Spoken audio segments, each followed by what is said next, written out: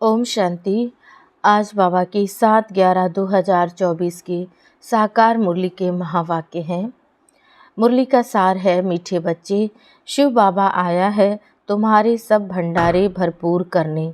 कहा भी जाता है भंडारा भरपूर, कालकंटक सब दूर। प्रश्न है, ज्ञानवान बच्चों की बुद्धि में किस एक बात का पक्का निश्चय होगा? उत्तर है, उन्हें दृढ़ निश्चय होगा कि हमारा जो पाठ है वह कभी घिसता मिटता नहीं है। मुझ आत्मा में 84 जन्मों का अविनाशी पाठ नूधा हुआ है। यही बुद्धि में ज्ञान है तो ज्ञानवान है, नहीं तो सारा ज्ञान बुद्धि से उड़ जाता है। ओम शांति। बाप आकर रूहानी बच्चों प्रति क्या कहते हैं, क्या सेवा करते हैं? इस समय बाप यह रूहानी पढ़ाने की सेवा करते हैं। यह भी तुम जानते हो, बाप का भी पार्ट है, टीचर का भी और गुरु का भी पार्ट है। तीनों पार्ट अच्छे बजा रहे हैं। तुम जानते हो वह बाप भी है, सद्गति देने वाला गुरु भी है और सबके लिए है। छोटे बड़े जवान बूढ़े सबके लिए एक ही है। सुप्रीम बाप सुप्रीम टीचर है, बेहद की शिक्षा देते हैं। तुम कॉन्फ्रेंस में भी समझा सकते हो कि हम सबकी बायोग्राफी को जानते हैं। परम पिता परमात्मा शिव बाबा की जीवन कहानी को भी जानते हैं। नंबरवार सब बुद्धि में याद रहना चाहिए। सारा विराट रूप जरूर बुद्धि में रहता होगा। हम अभी ब्राह्मण बने हैं, फिर हम देवता बनेंगे, फिर क्षत्रिय वैश्य शूद्र बनेंगे। यह तो बच्चों को याद है ना, सिवाय तुम बच्चों के और किसको यह बातें याद नहीं होंगी।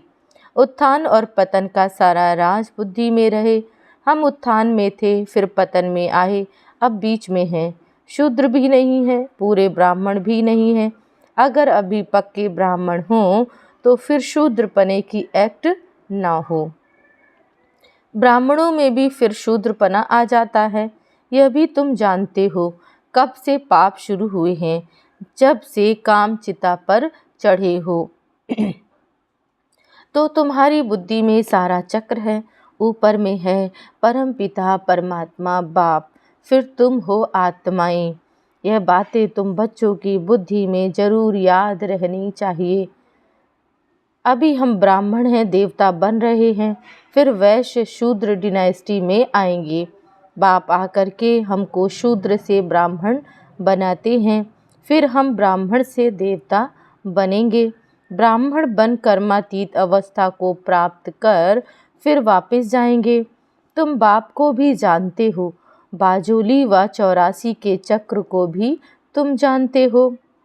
बाजोली से तुमको बहुत इजी करके समझाते हैं, तुमको बहुत हल्का बनाते हैं ताकि अपने को बिंदी समझ और झट भागेंगे। स्टूडेंट क्लास में बैठे रहते हैं तो बुद्धि में स्टडी याद रहती है। तुमको भी ये पढ़ाई याद रहनी चाहिए। अभी हम संगम युग पर हैं, फिर से ऐसे चक्र लगाएंगे। यह चक्र सदैव बुद्धि में फिरता रहना चाहिए।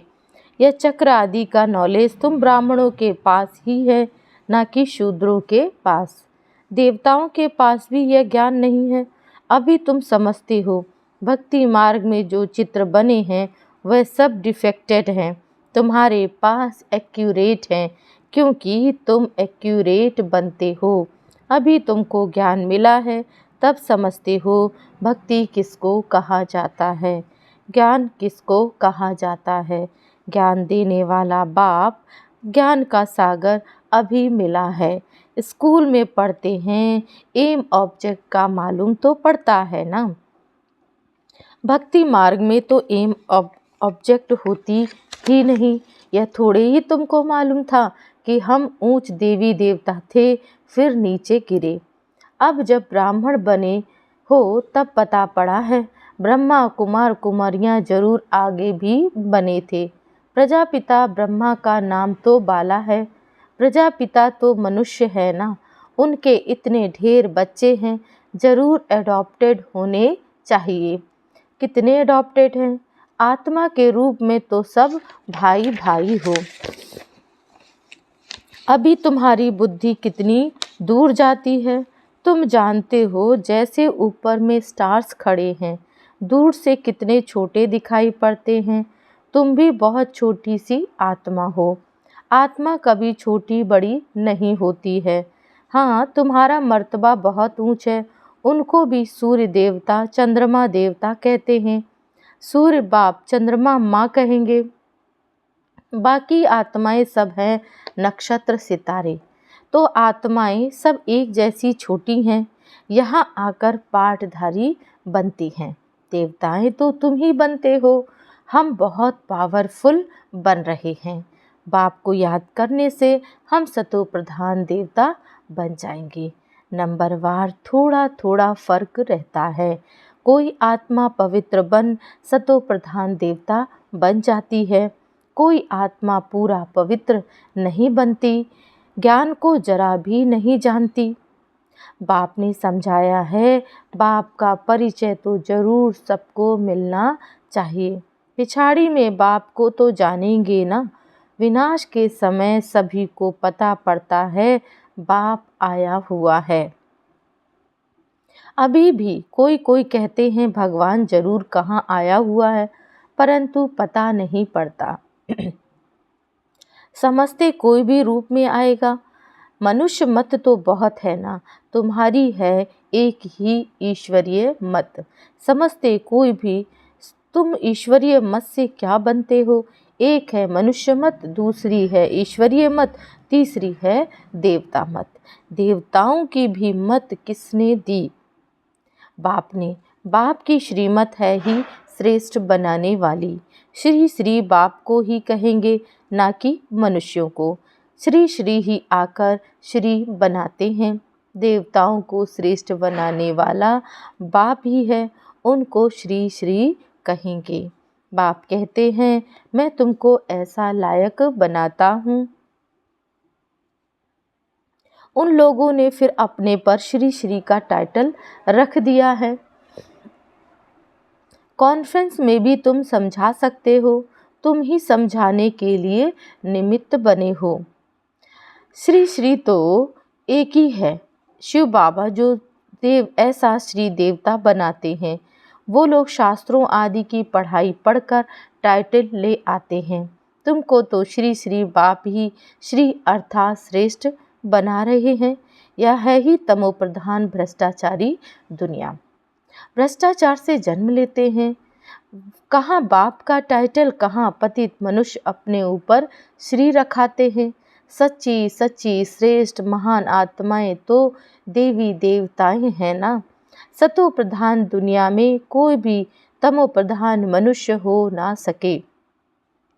रजो में रजो मनुष्य ही रहेंगे, ना कि तमोगुणी। तमोगुणी वर्ण भी गाए जाते हैं। अभी तुम समझते हो, आगे तो हम कुछ नहीं समझते थे। अब बाप कितना समझदार बनाते हैं। तुम कितना धनवान बनते हो। शिव बाबा का भंडारा भरपूर। शिव बाबा का भंडारा कौन सा है? अविनाशी ज्ञान रत्नों का। शिव बाबा का भंडारा भरपूर, काल कंटक सब दूर। बाप तुम बच्चों को ज्ञान देते हैं, खुद है ज्ञान सागर। ज्ञान रत्नों का सागर है। बच्चों की बुद्धि बेहद में जानी चाहिए। इतनी करोड़ आत्माएं सब अपने अपने शरीर रूपी तख्त पर विराजमान हैं। यह बेहद का नाटक है। आत्मा इस तख्त पर विराजमान होती है। तख्त एक ना मिले दूसरे से। सबके फीचर्स अलग अलग हैं। इनको कहा जाता है कुदरत।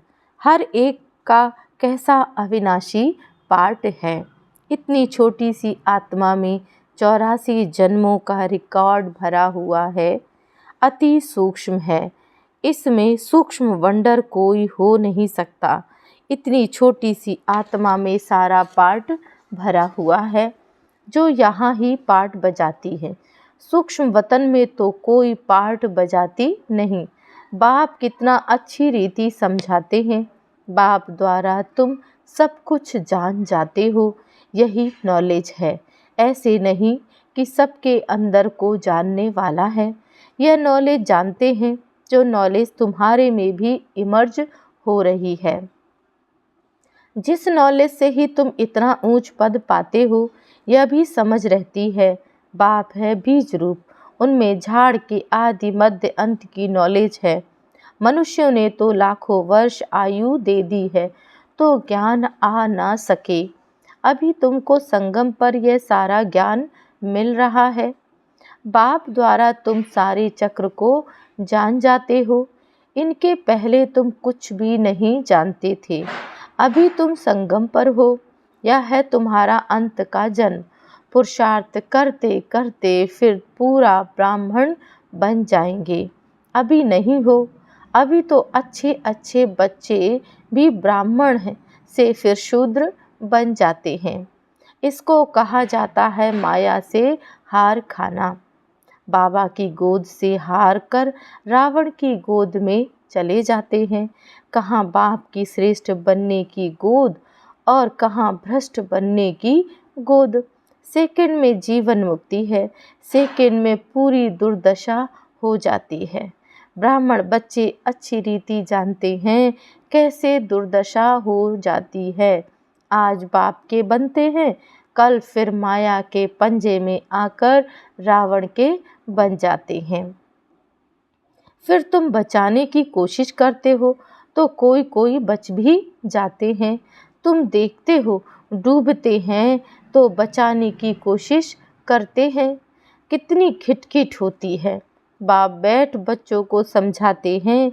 यहाँ स्कूल में तुम पढ़ते हो ना, तुमको मालूम है कैसे हम यह चक्र लगाते हैं। तुम बच्चों को श्रीमत मिलती है, ऐसे ऐसे करो। भगवानुवाच तो जरूर है, उनकी श्रीमत हुई ना। मैं तुम बच्चों को अब शूद्र से देवता बनाता हूँ। अभी कलयुग द्वारा तुमको नॉलेज मिली है। शास्त्र जो भी बनाए हैं उन सब में है मनुष्य की मत। ईश्वर तो शास्त्र बनाते ही नहीं। एक गीता के ऊपर ही कितने नाम रख दिए हैं। गांधी गीता, टैगोर गीता आदि आदि ढेर नाम है। मनुष्य गीता को मनुष्य इतना क्यों पढ़ते हैं? समझते हैं कुछ भी नहीं। अध्याय वही उठाकर अर्थ अपना अपना करते रहते हैं। वह तो सब मनुष्यों के बनाए हुए हो गए ना। तुम कहते हो मनुष्य मत की बनाई हुई गीता पढ़ने से आज हमारा यह हाल हुआ है। तुम कह सकते हो गीता ही पहला नंबर शास्त्र है। वह है देवी देवता धर्म का शास्त्र। यह तुम्हारा ब्राह्मण कुल है, यह ब्राह्मण धर्म है ना। कितने धर्म हैं, जिसने जो धर्म रचा उनका वह नाम चलता है। जैनी लोग महावीर कहते हैं। तुम बच्चे सब महावीर महावीरनियाँ हो। तुम्हारा मंदिर में यादगार है, राजयोग है ना। नीचे योग तपस्या में बैठे, फिर ऊपर में राजाई का चित्र है। राजयोग का एक्यूरेट मंदिर है। फिर कोई ने क्या नाम रख दिया, कोई ने क्या नाम रख दिया। यादगार है बिल्कुल एक्यूरेट। बुद्धि से काम ले ठीक बनाया है। फिर जिसने जो नाम रखा वह रख दिया। यह मॉडल रूप बनाया है। स्वर्ग और राजयोग का संगम युग बनाया है। तुम आदि मध्य अंत को जानते हो। आदि को भी तुमने देखा। आदि संगम युग को कहो या सतयुग को कहो। संगम युग की सीन नीचे दिखाते हैं, फिर राजाई ऊपर में दिखाई है। तो सतयुग आदि, फिर मध्य में है द्वापर। अंत को तुम देखते ही हो। यह सब खत्म हो जाना है। पूरा यादगार बना हुआ है। देवी देवता ही फिर वाम मार्ग में जाते हैं। द्वापर से वाम मार्ग शुरू होता है। यादगार पूरा एक्यूरेट है। यादगार में बहुत मंदिर बनाए हैं। यहाँ ही सब निशानियाँ हैं। मंदिर भी यहाँ ही बनते हैं। देवी देवता भारतवासी ही राज्य करके गए ना, फिर बाद में कितने मंदिर बनाते हैं। सिख लोग बहुत होंगे, तो वह अपना मंदिर बना देंगे। मिलिट्री वाले भी अपना मंदिर बना देते हैं। भारतवासी अपने कृष्ण व लक्ष्मी नारायण का मंदिर बनाएंगे, हनुमान गणेश का भी बनाएंगे। यह सारा सृष्टि चक्र कैसे फिरता है, कैसे स्थापना विनाश पालना होती है, यह तुम ही जानते हो। इसको कहा जाता है अंधियारी रात। ब्रह्मा का दिन और रात ही गाई जाती है, क्योंकि ब्रह्मा को रखें या विष्णु को रखें, ब्रह्मा है रात का और विष्णु है दिन का। वही रात से फिर दिन में आते हैं, दिन से फिर 84 जन्मों के बाद रात में आते हैं। कितना सहज समझानी है, यह भी पूरा याद नहीं कर सकते, पूरी रीति नहीं पढ़ते तो नंबरवार पुरुषार्थ अनुसार पद पाते हैं। जितना याद करेंगे सतो प्रधान बनेंगे। सतो प्रधान सो भारत तमो प्रधान। बच्चों में कितना ज्ञान है, नॉलेज सिमरन करनी है। यह ज्ञान है ही नई दुनिया के लिए, जो बेहद का बाप आकर देते हैं। सब मनुष्य बेहद के बाप को याद करते हैं। अंग्रेज लोग भी कहते हैं ओ गॉड फादर, लिबरेटर, गाइड। अर्थ तो तुम बच्चों की बुद्धि में है। बाप आकर के दुख की दुनिया आयरन एज से निकाल गोल्डन एज में ले जाते हैं। गोल्डन एज जरूर पास होकर गया है, तब तो कहते हैं ना, तुम बच्चों को अंदर में बहुत खुशी रहनी चाहिए, दैवी कर्म करने चाहिए। अच्छा, मीठे मीठे सिकिल्दे बच्चों प्रति माता पिता बाप दादा का याद प्यार और गुड मॉर्निंग। रूहानी बाप की रूहानी बच्चों को नमस्ते। हम रूहानी बच्चों की रूहानी बाप दादा को याद प्यार गुड मॉर्निंग नमस्ते ओम शांति। धारणा के लिए मुख्य सार है। पहला पॉइंट, बाप से जो अविनाशी ज्ञान रत्नों का अखुट खजाना मिल रहा है, उसे स्मृति में रख बुद्धि को बेहद में ले जाना है। इस बेहद नाटक में कैसे आत्माएं अपने अपने तख्त पर विराजमान हैं, इस कुदरत को साक्षी होकर देखना है। पॉइंट दूसरा है, सदा बुद्धि में याद रहे कि हम संगम युगी ब्राह्मण हैं। हमें बाप की श्रेष्ठ गोद मिली है। हम रावण की गोद में जा नहीं सकते। हमारा कर्तव्य है डूबने वालों को भी बचाना। वरदान है, व्यर्थ संकल्प रूपी पिलर्स को आधार बनाने के बजाय सर्व संबंध के अनुभव को बढ़ाने वाले सच्चे स्नेही भव। माया कमज़ोर संकल्प को मजबूत बनाने के लिए बहुत रॉयल पिलर्स लगाती है। बार बार यही संकल्प देती है कि ऐसा तो होता ही है, बड़े बड़े भी ऐसा करते ही हैं, अभी संपूर्ण तो हुए ही नहीं, जरूर कोई ना कोई कमजोरी तो रहेगी ही। यह व्यर्थ संकल्प रूपी पिलर्स कमजोरी को और मजबूत कर देते हैं। अब ऐसे पिलर्स का आधार लेने के बजाय सर्व संबंधों के अनुभव को बढ़ाओ। साकार रूप में साथ का अनुभव करते सच्चे स्नेही बनो। स्लोगन है, संतुष्टता सबसे बड़ा गुण है। जो सदा संतुष्ट रहते हैं वही प्रभु प्रिय हैं व स्वयं प्रिय बनते हैं। ओम शांति।